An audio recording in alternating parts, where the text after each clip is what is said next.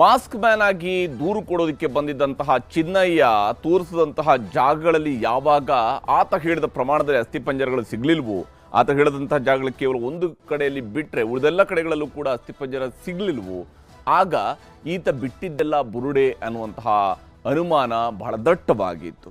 ಇದೇ ಕಾರಣಕ್ಕಾಗಿ ಆತ ಯಾವ ಸ್ವರೂಪದಲ್ಲಿ ದೂರು ಕೊಟ್ಟಿದ್ದಾನೆ ಎಲ್ಲ ವಿಚಾರಗಳಿಗೆ ಸಂಬಂಧಪಟ್ಟಂತೆ ಕೂಡ SIT ವಿಸ್ತೃತವಾದ ತನಿಖೆ ನಡೆಸಿದೆ. ಸದ್ಯಕ್ಕೆ ಆತ ನ್ಯಾಯಾಂಗ ಬಂಧನದಲ್ಲಿದ್ದಾನೆ. ಆದರೆ ಯಾವಾಗ ಷಡ್ಯಂತ್ರದ ಮೇಲೆ ತನಿಖೆಯನ್ನು ನಡೆಸ್ತಾ ಹೋದಂತಹ SIT ಅವರಿಗೆ ಮತ್ತೊಂದು ಕಡೆಯಲ್ಲಿ ವಿಠಲ್ಗೌಡ ಹೇಳಿಕೆ, ವಿಠಲ್ಗೌಡ ತೋರಿಸಿರ್ತಕ್ಕಂಥ ಜಾಗ, ಆ ಜಾಗದಲ್ಲಿ ಕಂಡು ಬಂದಂತಹ ಮೂಳೆಗಳು ಕಂಡು ಬಂದಿದೆ ಅಂತ ಹೇಳಿ ಹೇಳಲಾಗ್ತಾ ಇರುವಂಥ ಮೂಳೆಗಳು, ಯಾಕಂದರೆ SIT ದೃಢಪಡಿಸಿಲ್ಲ, ವಿಠಲ್ಗೌಡ ದೃಢಪಡಿಸ್ತಾ ಇದ್ದಾರೆ. ಹೌದು, ಅಲ್ಲಿ 7-8 ಬುರುಡೆಗಳನ್ನು ಅಥವಾ ಅಸ್ಥಿಪಂಜರಗಳನ್ನು ನಾನು ನೋಡಿದ್ದೀನಿ, ಅದರಲ್ಲಿ ಒಂದು ಮಗುವಿನ ಅಸ್ಥಿಪಂಜರವು ಕೂಡ ಇದ್ದಂಗೆ ಕಾಣ್ತಾ ಇತ್ತು ಅನ್ನುವಂಥ ಮಾತುಗಳನ್ನು ಹೇಳಿದ್ದಾರೆ. ಇದೆಲ್ಲ ಆದ ನಂತರ ಬಂಗ್ಲೆಗುಡ್ಡದಲ್ಲಿ ಹಾಗಾದರೆ ಆ ಮೂಳೆಗಳನ್ನು ಹುಡುಕಾಟ ಮಾಡಲಾಗುತ್ತಾ ಅನ್ನುವಂಥ ಪ್ರಶ್ನೆ ಇದ್ದೇ ಇರುವಂಥದ್ದು. ಈಗ ಬಂಗ್ಲೆಗುಡ್ಡದ ಮರಗಳ ಸರ್ವೆಯನ್ನು SIT ಅವರು ಕೈ ಬಿಟ್ಟಿದ್ದಾರೆ. ಯಾಕಂದರೆ ಬಂಗ್ಲೆಗುಡ್ಡದಲ್ಲಿ ಮೂಳೆಗಳ ಹುಡುಕಾಟಕ್ಕಿಂತ ಮುಂಚಿತವಾಗಿ ಅಲ್ಲಿಯ ಮರಗಳ ಸರ್ವೆಯನ್ನು ಮಾಡಿಸುತ್ತೆ SIT ಅಂತ ಹೇಳಲಾಗ್ತಾ ಇತ್ತು. ಯಾಕಂದರೆ ನಿಮ್ಗೆ ಗೊತ್ತಿರಬಹುದು, ಯಾವಾಗ ಚಿನ್ನಯ್ಯ ತೋರಿಸಿದಂತಹ ಜಾಗಗಳಲ್ಲಿ ಅಗಿಯುವಂತಹ ಕೆಲಸ ಮುಗಿತಾ ಬಂತು, ಆವಾಗ ರಾಜಕೀಯದ ಪರಾಕಾಷ್ಠೆ ತಲುಪಿತು. ಆ ಸಂದರ್ಭದಲ್ಲಿ ಅರಣ್ಯ ಸಚಿವರಾಗಿರ್ತಕ್ಕಂತಹ ಈಶ್ವರ್ ಖಂಡ್ರೆ ಅವರು ಹಾಗೆಲ್ಲ ಅರಣ್ಯದಲ್ಲಿ ಹೂಳೋದಿಕ್ಕೆ ಅವಕಾಶಗಳಿಲ್ಲ ಅನ್ನುವಂತಹ ಕಾನೂನಿನ ವಿಚಾರವನ್ನು ಎತ್ತಿದ್ರು. ಹೀಗಾಗಿನೇ SIT ಈಗ ಅರಣ್ಯ ಇಲಾಖೆಯ ವ್ಯಾಪ್ತಿಯಲ್ಲಿರ್ತಕ್ಕಂತಹ ದಾಖಲೆಗಳನ್ನು ಪರಿಶೀಲನೆ ಮಾಡ್ತಾ ಇದೆ. ಈ ಹಿಂದೆ ಮಾಡಿರುವಂತಹ ಸರ್ವೆ ದಾಖಲೆಗಳ ಪರಿಶೀಲನೆ ಮಾಡಲಾಗ್ತಾ ಇದೆ. ದಾಖಲೆಗಳ ಪರಿಶೀಲನೆ ನಡೆಸಿ ಮುಂದಿನ ಕ್ರಮಕ್ಕೆ ಈಗ SIT ಮುಂದಾಗ್ತಾ ಇದೆ. ಬಂಗ್ಲೆಗುಡ್ಡದಲ್ಲಿ ಅಗಿಯೋ ಪ್ರಕ್ರಿಯೆ ಇನ್ನೊಂದಷ್ಟು ದಿನಗಳ ಕಾಲಕ್ಕೆ ವಿಳಂಬ ಆಗಬಹುದು.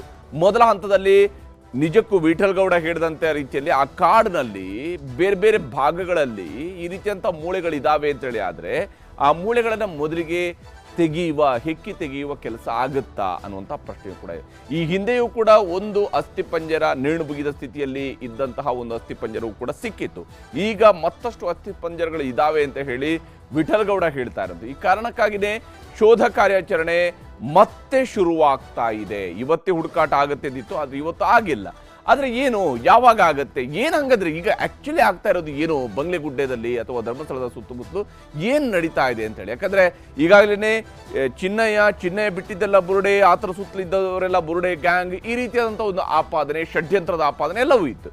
ಆದರೆ ಮತ್ತೊಂದು ಕಡೆಯಲ್ಲಿ ನೋಡಿದ್ರೆ ಈಗ ಅಲ್ಲಿ ಅಸ್ಥಿಪಂಜರಗಳಿದ್ದಾವೆ ಅನ್ನೋದನ್ನ ವಿಠಲ್ಗೌಡ ಹೇಳಿದ ನಂತರ SIT ಕೂಡ ಅದಕ್ಕೆ ಪೂರಕವಾದಂಥ ಒಂದಿಷ್ಟು ತನಿಖೆಯನ್ನು ಆರಂಭಿಸುವಂತಹ ಹಂತಕ್ಕೆ ಬಂದು ನಿಂತಿದೆ.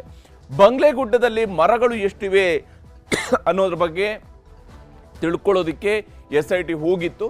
ಆದರೆ ಸದ್ಯಕ್ಕೆ ಮರಗಳ ಅಂದಾಜು, ವಯಸ್ಸೆಷ್ಟು, ಯಾವ ಸ್ವರೂಪದಲ್ಲಿ ಅಲ್ಲಿ ಅರಣ್ಯ ಇದೆ, ಆ ಕಾಡಿನ ಒಟ್ಟು ಮಾಹಿತಿಯನ್ನು ಈಗ ಅರಣ್ಯ ಇಲಾಖೆಯಿಂದ ಪಡ್ಕೊಳ್ತಾ ಇದ್ದಾರೆ. ಮರಗಳ ಬುಡದಲ್ಲಿ ಅಗೆದಿರುವ ಕುರುಹುಗಳೇನಾದರೂ ಇದೆಯಾ ಅನ್ನುವಂಥದ್ದು, ಈ ರೀತಿಯಂತಹ ಮಾಹಿತಿಗಳನ್ನು ಈಗ ಕಲೆ ಹಾಕಲಾಗ್ತಾ ಇದೆ.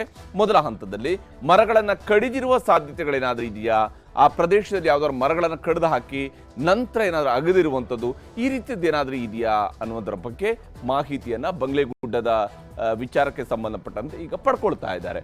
ಪ್ಲಾಂಟೇಶನ್ ಅಥವಾ ಸಹಜ ಮರಗಳ ಸ್ಥಿತಿಗತಿಗಳ ಮಾಹಿತಿಯನ್ನು ಕೂಡ, ಪ್ಲಾಂಟೇಶನ್ ಮಾಡಿರ್ತಕ್ಕಂತಹ ಮರಗಳಿದಾವೆ ಅಥವಾ ಸಹಜ ಕಾಡುಗಳಿರುವಂಥದ್ದಲ್ಲಿ ಅಂತೇಳಿ ಬಂಗ್ಲೆಗುಡ್ಡದಲ್ಲಿ ಹೇಗಿದೆ ಅನ್ನುವಂತಹದ್ದನ್ನು ಪರಿಶೀಲನೆಯನ್ನು ನಡೆಸಲಾಗ್ತಾ ಇದೆ. ಅದರ ಬಗೆಗಿನ ಮಾಹಿತಿಯನ್ನು ಪಡ್ಕೊಳ್ತಾ ಇದ್ದಾರೆ.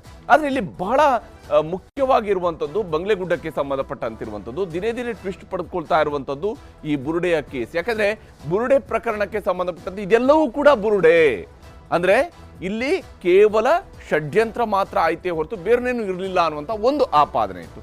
ಈಗ ನೋಡಿದ್ರೆ ಇಲ್ಲ, ಅಲ್ಲಿ ಅಸ್ಥಿಗಳಿದ್ದಾವೆ, ಅಸ್ಥಿಪಂಜರಗಳಿದ್ದಾವೆ ಅಂತೇಳಿ ವಿಠಲ್ಗೌಡ ಹೇಳ್ತಾ ಇದ್ದಾರೆ. ಅಲ್ಲಿ ಹೋಗಿ ನೋಡ್ಕೊಂಡು ಬಂದಿರತಕ್ಕಂಥ SITಗೂ ಕೂಡ ಏನೋ ಒಂದು ಮಾಹಿತಿ ಇದ್ದೇ ಇದೆ. ಇಲ್ಲದೆ ಹೋದರೆ ಅವರು ಈಗ ಮತ್ತೆ ಇದ್ದಕ್ಕಿದ್ದಂತೆ ಅಲ್ಲಿ ಹುಡುಕಾಟಕ್ಕೆ ಹೋಗ್ತಾರೆ, ಶೋಧಕ್ಕೆ ಹೋಗ್ತಾರೆ ಅಂತ ಹೇಳಿದ್ರೆ ಸಾಧ್ಯ ಇಲ್ಲದಿರುವ ಮಾತು. ಅವ್ರು ಹೋಗ್ತಾ ಇದ್ದಾರೆ ಅಂತ ಹೇಳಿದ್ರೆ ಏನು ಕಾರಣ ಅನ್ನೋದ್ರ ಬಗ್ಗೆ ತಿಳ್ಕೊಳ್ಬೇಕಿದೆ.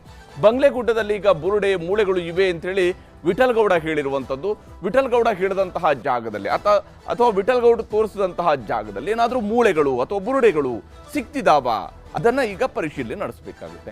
ಬರೋಬ್ಬರಿ 8 ಅಸ್ಥಿಪಂಜರವನ್ನು ಗುರುತಿಸಿದ್ದೇನೆ ಅಂತೇಳಿ ಸೌಜನ್ಯಳ ಮಾವ ಹೇಳ್ಕೊಂಡಿದ್ರು. ಅವ್ರು ಈಗಾಗಲೇ ಒಂದು ವಿಡಿಯೋದಲ್ಲಿ ಬಹಳ ಕ್ಲಿಯರ್ ಆಗಿ ಹೇಳಿದ್ದಾರೆ. ನಾನು ಮೊದಲ ಬಾರಿಗೆ ಹೋದಾಗ ಒಂದು 3 ಅಸ್ಥಿಪಂಜರ ನೋಡಿದ್ದೀನಿ, ಎರಡನೇ ಬಾರಿ ಹೋದಂತಹ ಜಾಗದಲ್ಲಿ 5 ಅಸ್ಥಿಪಂಜರ ನೋಡಿದ್ದೀನಿ, ಅದರಲ್ಲಿ ಒಂದು ಮಗುವಿನ ಸ್ವರೂಪ ಇತ್ತು, ಅಲ್ಲಿ ಕಳಶಗಳಿದ್ವು, ಈ ರೀತಿಯಂಥ ಮಾತುಗಳನ್ನ ಹೇಳಿದ್ದಾರೆ. ಸುಮಾರು 8 ಗುರುತಿಸಿದ್ದೀನಿ ಅಂತ ಅವ್ರು ಹೇಳ್ತಾ ಇದ್ದಾರೆ. ಹಾಗಾದ್ರೆ ಮೂಳೆ ಹುಡುಕಾಟಕ್ಕೆ ಸಿದ್ಧತೆ ಆಗಿದ್ರು ಕೂಡ ಕಡೆ ಕ್ಷಣದಲ್ಲಿ ಅದನ್ನ ಮುಂದೂಡಿಕೆಯೂ ಕೂಡ ಮಾಡಲಾಗಿದೆ. SIT ಅವರು ಇವತ್ತೇ ಅದನ್ನು ಹುಡುಕ್ತಾರೆ ಅಂತ ಹೇಳಿತ್ತು, ಆದರೆ ಅದನ್ನ ಕಡೆ ಕ್ಷಣದಲ್ಲಿ ಅವರು ಮುಂದೂಡಿಕೆ ಮಾಡಿದ್ದಾರೆ. ಯಾಕೆ ಮುಂದೂಡಿಕೆ ಮಾಡಿದ್ದಾರೆ ಅಂತ ಹೇಳಿದ್ರೆ, ಮುಖ್ಯವಾಗಿ ಬಂಗ್ಲೆ ಗುಡ್ಡದ ಬಗ್ಗೆ ಅದಕ್ಕೆ ಸಂಬಂಧಪಟ್ಟಂತೆ ಅರಣ್ಯ ಇಲಾಖೆಯವರಿಂದ ಮಾಹಿತಿನ ತರಿಸುವಂಥದ್ದಿರ್ಬೋದು, ತಜ್ಞ ವೈದ್ಯರನ್ನ ಸಂಪರ್ಕಿಸಿ ಅವರಿಂದ ಮಾಹಿತಿಯನ್ನ ಕಲೆ ಹಾಕುವಂತಿರ್ಬೋದು, ಈ ಎಲ್ಲ ಕೆಲಸವನ್ನು ಕೂಡ ಮಾಡ್ತಾ ಇದ್ದಾರೆ. ಮತ್ತು ಏಕಾಏಕಿ ಶವಗಳನ್ನು ತಗೊಂಡು ಬಂದು ಕಾಡಿನಲ್ಲಿ ಎಲ್ಲೆಂದ್ರಲ್ಲಿ ಬಿಸಾಕಿದ್ರು ಅಂತ ಹೇಳಿದ್ರೆ ವಾಸನೆ ಬರ್ತಿರ್ಲಿಲ್ವಾ ಅಂತ ಇಲ್ಲಿ ಪ್ರಶ್ನೆ ಇರುವಂಥದ್ದು. ಈಗ ಬಂಗ್ಲೆಗುಡ್ಡ ಇರುವಂಥದ್ದು ಅಲ್ಲಿ ಪಕ್ಕದಲ್ಲಿ ರಸ್ತೆ ಇದೆ, ಯಾಕಂದರೆ ಅವರಲ್ಲಿ ಇಳಿದು ಹೋಗೋದನ್ನೆಲ್ಲ ನಾವು ನೋಡ್ತಾ ಇದ್ವಿ. ಒಂದು 100 ಮೀಟರ್ ದೂರದವರೆಗೂ ಕೂಡ ವಾಸನೆ ಬರದೇ ಇರುತ್ತಾ? ಒಬ್ಬ ಮನುಷ್ಯನ ಶವ ಅಲ್ಲಿ ಕೊಳಿತಾ ಇತ್ತು ಅಂತ ಹೇಳಿದ್ರೆ ಗೊತ್ತಾಗೋದಿಲ್ವಾ? ಹಾಗಾದ್ರೆ ಹೇಗೆ ಅಲ್ಲಿ ಬಂತು ಅಂತ ಮೇಲೇನೆ ಅದನ್ನ ಹಾಕಿದ್ದಾರೆ ಅಂತ ಹೇಳಿದ್ರೆ ಹೇಗೆ ಬಂತು, ಹೇಗೆ ಸಾಧ್ಯ ಇದೆಲ್ಲ? ಈ ಅನುಮಾನ ಬಹಳ ದಟ್ಟವಾಗಿರುವಂಥದ್ದು. ನಾಳೆ AC ಅಥವಾ ತಹಶೀಲ್ದಾರ್ ಸಮ್ಮುಖದಲ್ಲಿ ಸಮಾಧಿ ಶೋಧವು ಕೂಡ ನಡೆಸುವ ಸಾಧ್ಯತೆ ಇದೆ. ಯಾಕಂದ್ರೆ ಈಗ ಮಹಜರ್ ಆಗಬೇಕು, ಅಲ್ಲಿಯ ಸ್ಥಳದ ಮಹಜರನ್ನು ಮಾಡಬೇಕಾಗುತ್ತೆ. ಸ್ಥಳ ಮಹಜರ್ ಮಾಡಬೇಕು ಅಂತ ಹೇಳಿದ್ರೆ ಅಲ್ಲಿ AC ಅಥವಾ ತಹಶೀಲ್ದಾರ್ ಅವರು ಇರಬೇಕು. ಯಾಕಂದ್ರೆ ಕಳೆದ ಬಾರಿ ಚಿನ್ನಯ್ಯ ತೋರಿಸಂತ ಜಾಗದಲ್ಲಿ ಯಾವುದೇ ಕಡೆಯಲ್ಲಿ ಅಗಿಯುವಾಗ ಕೂಡ ಅಲ್ಲಿ AC ಅವರ ಸಮ್ಮುಖದಲ್ಲೇ ಆ ಎಲ್ಲ ಸಮಾಧಿಗಳನ್ನು ಅಗಿಯುವಂತಹ ಕೆಲಸ ಕೂಡ ನಡೀತು. ಆದರೆ ಅಲ್ಲಿ ಏನು ಸಿಕ್ಕಿಲ್ಲ, ಕೇವಲ 6ನೇ ಸ್ಪಾಟ್ನಲ್ಲಿ ಮಾತ್ರ ಮೂಳೆಗಳು ಸಿಕ್ಕಿದ್ವು. ಈಗ ಬಂಗ್ಲೆಗುಡ್ಡಕ್ಕೆ ವಿಠಲ್ ಗೌಡ್ರನ್ನು ಕೂಡ ಕರೆದೊಯ್ದು ಅಲ್ಲಿ ಅಗೆಯುವಂತಹ ಸಾಧ್ಯತೆ ಇದೆ. ಯಾಕಂದ್ರೆ ಅವರು ತೋರಿಸ್ತಾ ಇರುವಂತಹ ಜಾಗದಲ್ಲಿ, ವಿಠಲ್ ಗೌಡರು ತೋರಿಸ್ತಾ ಇರುವಂತಹ ಜಾಗದಲ್ಲಿ ಒಂದು ಕಡೆಯಲ್ಲಿ ಅವರು ಹೇಳಿದ್ದಾರೆ ಅಲ್ಲಿ ಗುಡ್ಡ ಸ್ವಲ್ಪ ಜರದ ರೀತಿಯಲ್ಲಿ ಇದೆ ಅನ್ನುವಂತಹ ಮಾತುಗಳನ್ನ ಹೇಳ್ತಾ ಇದ್ದಾರೆ. ಅದು ನಿಜಕ್ಕೂ ಗುಡ್ಡ ಜರದಿರುವಂಥದ್ದ ಅಥವಾ ಅಲ್ಲಿ ಏನನ್ನ ಅಗದಿರುವಂಥದ್ದ ಗೊತ್ತಾಗಬೇಕಲ್ಲ, ಅದನ್ನ ಹುಡುಕಬಹುದು. ಸಮಾಧಿ ಅಗೆಯೋ ಬದಲು ಭೂಮಿ ಮೇಲೆ ಸಿಗುವಂತಹ ಅಸ್ಥಿಪಂಜರಗಳನ್ನ ಮಾತ್ರ ಸಂಗ್ರಹಿಸ್ತಾರ ಅನ್ನೋದ್ರ ಬಗ್ಗೆಯೂ ಕೂಡ ಅನುಮಾನಗಳಿದ್ದಾವೆ. ಯಾಕಂದ್ರೆ ಈಗ ವಿಠಲ್ ಗೌಡ್ರು ಹೇಳಿರುವಂತಹ ಮಾಹಿತಿಯನ್ನು ನೋಡಿದಾಗ ಅದು ಭೂಮಿಯ ಮೇಲೆ ಇರತಕ್ಕಂಥದ್ದು, ಸಮಾಧಿ ಒಳಗಡೆ ಇರತಕ್ಕಂಥ ಅಲ್ಲ. ಯಾಕಂದ್ರೆ ನಾನು ನನ್ನ ಕಣ್ಣಾರೆ 7 8 ನೋಡಿದ್ದೀನಿ ಅಂತ ಹೇಳಿದ್ರೆ ಅದು ಭೂಮಿಯ ಮೇಲೆ ಇರೋದಕ್ಕೆ ಸಾಧ್ಯ. ಹಾಗಿರುವಾಗ ಆ ಮೂಳೆಗಳನ್ನು ಮಾತ್ರ ತೆಗೆದುಕೊಂಡು ಬರ್ತಾರ, ಅಥವಾ ಅದು ಈಗ ಚಿನ್ನಯ್ಯ ಕ್ಲೈಮ್ ಮಾಡ್ದಂಗೆ 95ರಿಂದ 2014 ನಡುವೆ ಆಗಿರ್ತಕ್ಕಂತಹ ಸಮಾಧಿಗಳ, ಅಥವಾ ಅದಾದ ನಂತರದ್ದ? ಈ ವಿಚಾರವು ಕೂಡ ಬಹಳ ಮಹತ್ವವನ್ನು ಪಡ್ಕೊಳ್ಳುತ್ತೆ. ಇಲ್ಲಿ ಬಂಗ್ಲೆಗುಡ್ಡೆಗೆ ಸಂಬಂಧಪಟ್ಟಂತೆ ಕೂಡ ಈಗ ಮತ್ತೆ ಬುರುಡೆಯ ಬೇಟೆ ಶುರುವಾಗುವಂತಹ ಲಕ್ಷಣ ಕಾಣ್ತಾ ಇದೆ.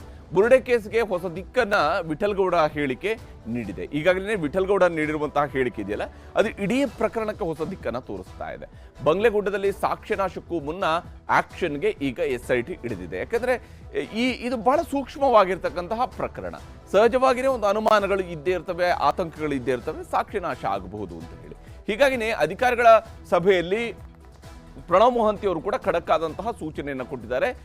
ಏನೇನು ಮಾಡಬೇಕು, ವಾಟ್ ನೆಕ್ಸ್ಟ್ ಅನ್ನೋದ್ರ ಬಗ್ಗೆ ಪ್ರಣವ್ ಮೊಹಾಂತಿ ಅವರು ವೆರಿ ಪರ್ಟಿಕ್ಯುಲರ್ ಆಗಿರ್ತಕ್ಕಂತಹ ಡೈರೆಕ್ಷನ್ ಅನ್ನ ಟೀಮ್ಗೆ ಕೊಟ್ಟಿದ್ದಾರೆ. ಬುರುಡೆಗಳನ್ನ ಪತ್ತೆ ಮಾಡಿ FSLಗೆ ಕಳುಹಿಸುವಂತಹ ಚಿಂತನೆಯನ್ನು ಕೂಡ ಮಾಡಲಾಗಿದೆ. ಯಾಕಂದ್ರೆ ಒಮ್ಮೆ ಸಂಗ್ರಹಿಸಿದ್ರು ಅಂತ ಹೇಳಿದ್ರೆ ಸಂಗ್ರಹಿಸಿ ಹಾಗಿಡಕ್ಕಾಗೋದಿಲ್ಲ, ಅದನ್ನ FSLಗೆ ಕಳಿಸ್ಬೇಕು. ಯಾಕಂದ್ರೆ ಅದರ ಬಗ್ಗೆ ಮಾಹಿತಿ ಹೊರ ಬರಬೇಕು. ಯಾವ ಕಾಲದ್ದಿದು, ಇದು ಪುರುಷಂದ ಮಹಿಳೆಯದ್ದ, ಇದು ಗೊತ್ತಾಗಬೇಕಾಗುತ್ತೆ. ಯಾವ ವಯಸ್ಸಿನವರದು ಅನ್ನೋದು ಕೂಡ ಗೊತ್ತಾಗಬೇಕಾಗುತ್ತೆ. ತನಿಖೆಯ ಮುಂದಿನ ಕಾನೂನು ಸವಾಲುಗಳ ಪರಿಶೀಲನೆಗೂ ಕೂಡ ಈಗ ಸೂಚನೆಯನ್ನ ಪ್ರಣವ್ ಮೊಹಾಂತಿ ಅವರು ನೀಡಿದ್ದಾರೆ. ಯಾಕಂದ್ರೆ ಇದಕ್ಕೆ ನಾಳೆ ದಿವಸ ಕಾನೂನಿನ ತೊಡರುಗಳು ಎದುರಾಗಬಾರದು. ಹೀಗಾಗಿ ಕಾನೂನು ಪ್ರಕಾರವಾಗಿ, ಕಾನೂನುಬದ್ಧವಾಗಿಯೇ ಮತ್ತು ಪಾರದರ್ಶಕವಾಗಿ ಈ ತನಿಖೆ ನಡೀಬೇಕು. ಪಂಚಾಯಿತಿಯ ದಾಖಲೆಗಳು ಫೋರ್ಜರಿ ಆಗಿರೋದ್ರ ಬಗ್ಗೆಯೂ ಕೂಡ ತನಿಖೆಯನ್ನು ನಡೆಸಲಾಗ್ತಾ ಇದೆ. ಫೋರ್ಜರಿ ಆಗಿದ್ದಾವೆ ಕೆಲವು ದಾಖಲೆಗಳು ಅನ್ನುವಂತಹ ಆರೋಪವನ್ನ ಇಲ್ಲಿ ಗಿರೀಶ್ ಮಟ್ಟಣ್ಣವರು ಕೂಡ ಮಾಡ್ತಾ ಇದ್ದಾರೆ, ಮಹೇಶ್ ಶೆಟ್ಟಿ ತಿಮ್ರೋಡಿ ಕೂಡ ಮಾಡ್ತಾ ಇದ್ದಾರೆ. ಹಾಗಾದ್ರೆ ನಿಜಕ್ಕೂ ಫೋರ್ಜರಿ ಆಗಿದ್ರೆ ಯಾರು ಫೋರ್ಜರಿಯನ್ನು ಮಾಡಿದ್ರು, ಯಾವ ಉದ್ದೇಶಕ್ಕಾಗಿ ಫೋರ್ಜರಿಯನ್ನು ಮಾಡಿದ್ದಾರೆ? ಪಂಚಾಯತಿ ದಾಖಲೆಗಳೇ ಫೋರ್ಜರಿ ಆಗುತ್ತೆ ಅಂತ ಹೇಳಿದ್ರೆ ಅದು ಸಾವಿನ ದಾಖಲೆಗಳಲ್ಲಿ ಏನಾದ್ರು ಫೋರ್ಜರಿ ಆಯಿತು ಅಂದರೆ ಏನು ಉದ್ದೇಶ ಅನ್ನೋದ್ರ ಬಗ್ಗೆಯೂ ಕೂಡ ತನಿಖೆ ಆಗಬೇಕಾಗುತ್ತೆ. ಸತ್ಯಾಸತ್ಯತೆ ತಿಳಿಯೋದಕ್ಕೆ ಈಗ ಪಂಚಾಯಿತಿ ಅಧಿಕಾರಿಗಳ ವಿಚಾರಣೆಗೂ ಕೂಡ SIT ಮುಂದಾಗಿದೆ. ಆ ಕೆಲಸವನ್ನು ಕೂಡ SIT ಏಕಕಾಲದಲ್ಲಿ ಮಾಡ್ತಾ ಇದೆ. ಪಂಚಾಯಿತಿ ಅಧಿಕಾರಿಗಳ ವಿಚಾರಣೆ ನಡೆಸ್ತಾ ಇದ್ದಾರೆ. ಮಹೇಶ್ ಶೆಟ್ಟಿ ತಿಮ್ರೋಡಿ, ಮಟ್ಟಣ್ಣವರ್ ದೂರಿನ ಬಗ್ಗೆಯೂ ಕೂಡ ತನಿಖೆಗಳು ನಡೆಯುವಂತಹ ಸಾಧ್ಯತೆ ಇರುವಂಥದ್ದು. ಯಾಕಂದರೆ ಇವರ ದೂರು ಇಲ್ಲಿ ಬಹಳ ಮಹತ್ವದಾಗಿದೆ. ಮತ್ತು SIT ಫಾರ್ಮ್ ಆದ ನಂತರ SIT ಅವರನ್ನೇ ಕೇಳಿದ್ದಾರೆ, ಯಾರಿಗಾದ್ರೂ ದೂರುಗಳಿದ್ರೆ, ಅನುಮಾನಗಳಿದ್ರೆ ಬಂದು ನಮ್ಗೆ ದೂರು ಕೊಡ್ಬೋದು ಅಂತ ಹೇಳಿದ್ದಾರೆ. ಹಾಗಾಗಿ ಇವರೆಲ್ಲ ದಾಖಲಿಸಿರ್ತಕ್ಕಂಥ ದೂರುಗಳಿದ್ದಾವೆ. ಈ ದೂರನ್ನ ಹೇಗೆ ಡಿಸ್ಪೋಸ್ ಮಾಡ್ತಾರೆ ಅದು ಕೂಡ ಬಹಳ ಮುಖ್ಯ ಆಗಿದೆ. ಎಲ್ಲ ತನಿಖೆಯ ಮಾಹಿತಿಯನ್ನು ಗೌಪ್ಯವಾಗಿಡೋದಕ್ಕೆ ಮೊಹಾಂತಿ ಅವರು ಸೂಚನೆಯನ್ನು ಕೊಟ್ಟಿದ್ದಾರೆ. ಯಾಕಂದರೆ SIT ಇಂದ ಇತ್ತೀಚಿನ ಬೆಳವಣಿಗೆಗಳ ಬಗ್ಗೆ ಜಾಸ್ತಿ ಮಾಹಿತಿ ಹೊರಬರ್ತಾ ಇಲ್ಲ. ಮೊಹಾಂತಿಯವರು ಬಹಳ ಪರ್ಟಿಕ್ಯುಲರ್ ಆಗಿದ್ದಾರೆ ಈ ವಿಚಾರದಲ್ಲಿ.